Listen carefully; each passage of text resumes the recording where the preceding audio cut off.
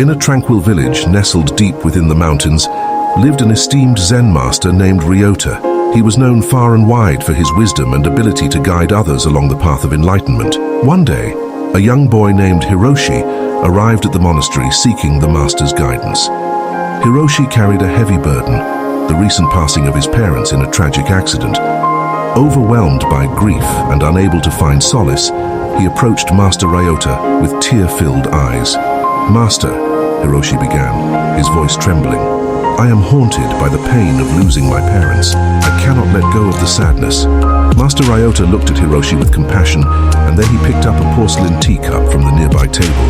He held it out to the boy and asked, "Hiroshi, what do you see in this teacup?" Hiroshi gazed at the cup and replied, "It's empty, Master."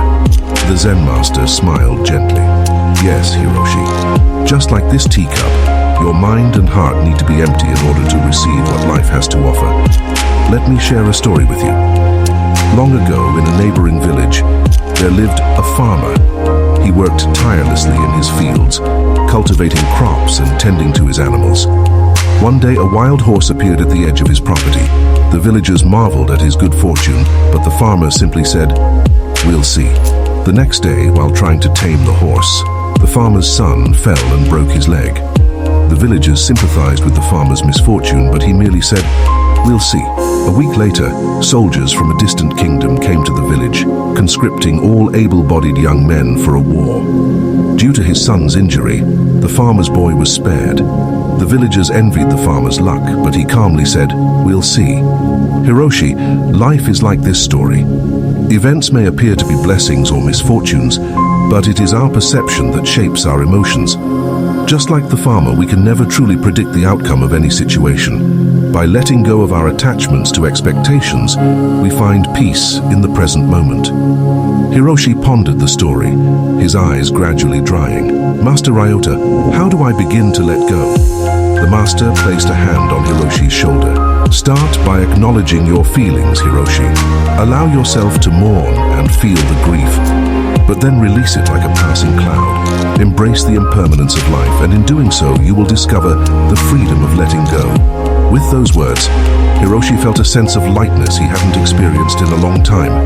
The Zen master's guidance had opened a new perspective within him.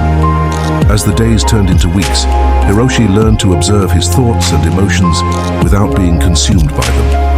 With each passing day, the burden he carried grew lighter, and he began to experience moments of peace.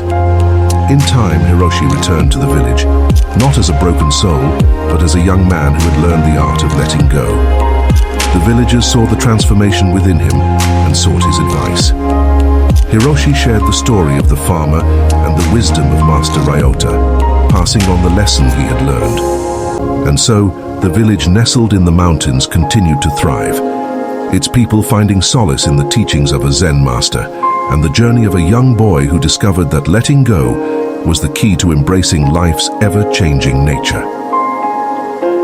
Subscribe to our channel. Thanks for watching. Share some support.